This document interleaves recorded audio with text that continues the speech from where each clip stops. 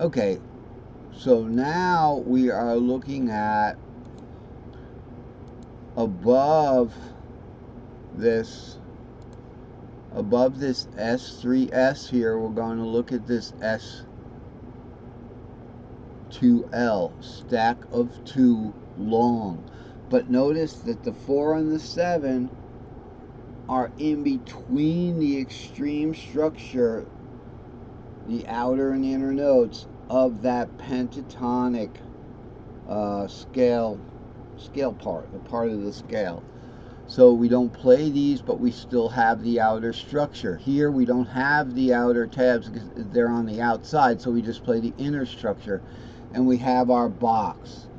Now the problem is this 3-5-6 root. Let's go up to the fretboard again. Over here to our caged fretboard. The 3-5-6 root is right here in the C box.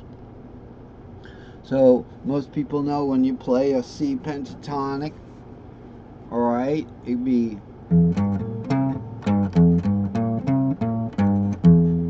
right there, E, G, A, C, C, A, G, E, stack of 2 long. The middle part, the 4 and the 7, does not get played unless you're doing diatonic. So right there we have our 3-5-6 root. But what happens if that 3-5 is on the G string? To go to the B string with it, we have to move it up a half step to maintain that P4 pattern. That's the whole thing. With the cello, there's no problem. There's only 4 strings. The problem with the cello is there's only 4 strings. So you don't get very high in these pattern stacks. So right there, we'd have to go 3-5-6 root in the D box there. So we'll go, and then 3-5, and then we got to bring it up 6 root. It's like the Marlboro song.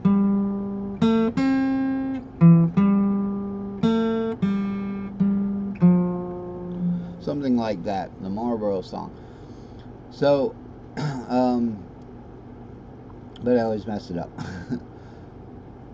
That's what's going on with that. So let's go back to the pattern stack. Now this is the cage pattern stack. This is easy. Alright, so when we are going on pentatonic, 5-6 root 2 4 3-5 right there, 2-3-5-6 root 2 3-5-6 root 2-3. So in the D box, you know, that's what we do. We go up like that, and then back up to 2-3 without the 4. So this is the way it's shape fit. What I call pattern fitting is the 7 root 2 is going to migrate over to the left. So if we're playing open string stuff, only the C box.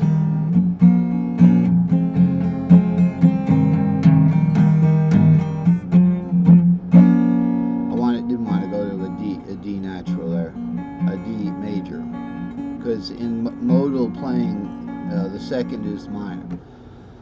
In the C box, okay, we can do it. And then where do we go from that? Let's look at that. Let's look at that C box, because I don't want to mess this up. 3-5-6 root 2-3-5-6, and then we have to warp up the top of the S3 short. Okay, so it's we'll do it in the key of C up here. This would actually be this is the C box for the key of A flat.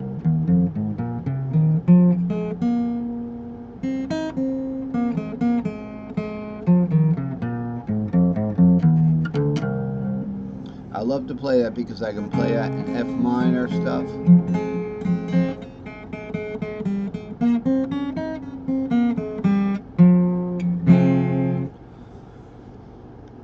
In the key of C, we would play it here, 3-5-6 root 2-3-5-6 warp up for root 2, and then we start the bottom part of that S too long. Problem with, like I say, the 4-string cello is that you can only get 4 strings up these patterns before you have to find something else. Luckily, the cello has longer string shapes, so you'd have 3, 4, 5, and then 4, 5, 6. So we can play 3, 4, 5, 6, and then we can, the cello would actually start with 7 there because it's tuned in fifths. So we'll go 7, root 2, 3, 4, and then we go 5, 6, 7, root. We can look at that briefly on the previous chart, which is the subject cello strings played in guitar. And what I consider, this is like the traveling half-step buddies. The pentatonics are really kind of rough because they travel right up the neck. So you'll be starting down here. I would start way down here on the 4 and end up on the highest note that I can play up there. They really travel a lot, but this one isn't that bad. So you would start on the runway down here, 4, 5, 6, 7. I'm going to start on F, which is probably a bad idea, and then we have to go up a perfect 4th, and then up a whole step there is a perfect 5th to simulate. And this is why my guitar isn't tuned that well, because I had it tuned to a cello tuning in fifths. I had to put that back once I was done practicing all that stuff. So it'd be 4, 5, 6, 7, root 2, 3, 4, 5, 6, 7, root 2, 3, 4, 5, 6, 7, root 2, 3, 4, 5, 6. You see how we're going up to the tippy top note there, and that's just right there. Okay, so that's how to play cello patterns on guitar like that. Now let's go back to what we were doing. So the point is to know this pattern and know that depending on where you start, when you get to the 4th string, you're going to have to move the 5th one up 1 half step. So the 6 would go where that dash is, and the 2 would go where that dash is, because then it goes back to P4 tuning.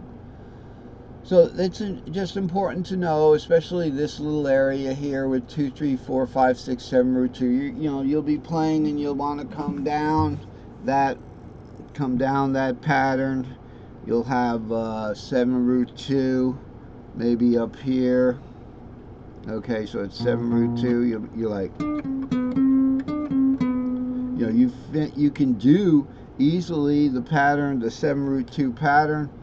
The S4E, 7, root 2, 3, 4, 5, 6, 7, root 2, 3, 4, warped up the top one for string 5. But when you're coming down from that, you know,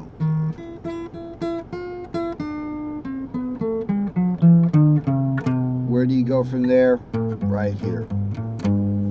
From 2, root 7 to 5, 6. Now, what's the secret here? The secret is in cage. When we're doing the cage patterns, these are the short patterns. When we go up, these are the string shapes. These are the string shapes. Meet the string shapes. They are modern Stone Age family. We've got, this is A is going to be 5, 6. That's the only weird one. The rest of them are 3. When we go up the pattern, let's say we're going to start with C down here. It's C. This is the bottom 3 strings of the C box. Okay, so 3, 4, 5. Here's our C box. The reason it says EG because the 4th of C is the E shape. So this is the shape. These are shape boxes. It's a C shape. If this is E, your low E, it happens to be the key of C. So we use that as a bass key. 3, 4, 5. Now, the 4th of C is defined as the E, but that's below that, right? So up here, 3, 4, 5. Below that is its 4th. Above it is its 5th. The 5th of C is G. So that's how we go up and down, knowing at least what you want to play it. Where it's going to be is another.